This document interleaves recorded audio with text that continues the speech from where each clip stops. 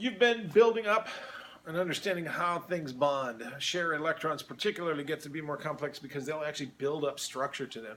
Ionic is not so complicated. They just get next to each other. It's like pouring a box of marbles and they'll just pack in the best they can. There are some shape things to them, but the covalent compounds have some shape. Octahedrals, when there's 6 groups off. Trigonal bipyramid, when there's 5 groups off. Tetrahedral, trigonal planar, linear, okay? So that is intriguing, but what's interesting is that that's for covalent compounds that actually share an electron, and that's the shape that they have to become. So far, we assume that those electrons, or those atoms, are sharing their pull equally, but we know that there's already electronegativity differences. What you're seeing here is the colored red that's up in this corner is the most electronegative atom, and it's got a 3.98. Let's see if I can't find a non-colored version, but that gives you at least a feeling for where the most electronegative atoms are, is up in that corner and sort of in this area. They pull the best on the electrons. Some of these ones down here, though, are getting small, but they have a large nucleus, so they can pull a bit on the electrons, too. 2.54 for gold, 2.36 are pretty big numbers.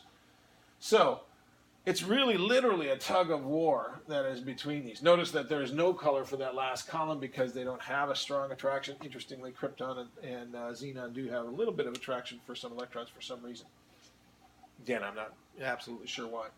But the difference between their electronegativities, the reason I want to talk about that stealing ability, that pulling ability of electrons, is because they'll cause a lopsided. When they're sharing electrons, they may keep them a little bit more often than others. That means that when they're in a bond, for instance, they will actually hold the electron more often and become a little bit more negative. So in cases of determining, we just said it was a metal with a nonmetal makes ionic, 2 nonmetals make covalent, and that metals make metallic. But it's their electronegativity difference that really makes the biggest difference. And the reason we said most metals aren't very electronegative, so they don't hold their electrons compared to these. So that was a big generalization, but you should still look at the electronegativity. Sodium and chlorine. Sodium's here, 0.93. Chlorine's over here, 3.16. The difference between them is 2.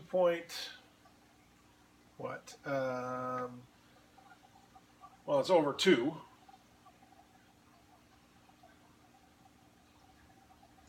2.23, I think. If I did that right in my head.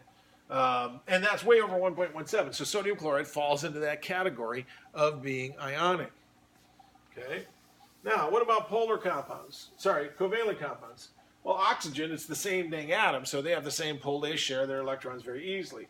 The difference in electronegativity is here, is 0. But what about like carbon and hydrogen for methane that we've seen, this carbon tetrahydride, CH, for instance? Well, 2.2 for the hydrogen, and carbon is 2.5. So that's about 0.3 difference. That's right on the border. We still call that pretty covalent. Now let's look at some examples where you don't get equal sharing of electrons. And let's look at water, for instance. Hydrogen, which is 2.2, and oxygen, which is 3.44. The difference in electronegativity here is 1.24. So that's in this range in between 0.3 and 1.7. If you can see the electronegativity difference is way more than 0.3, then that means the water, let's draw the water out.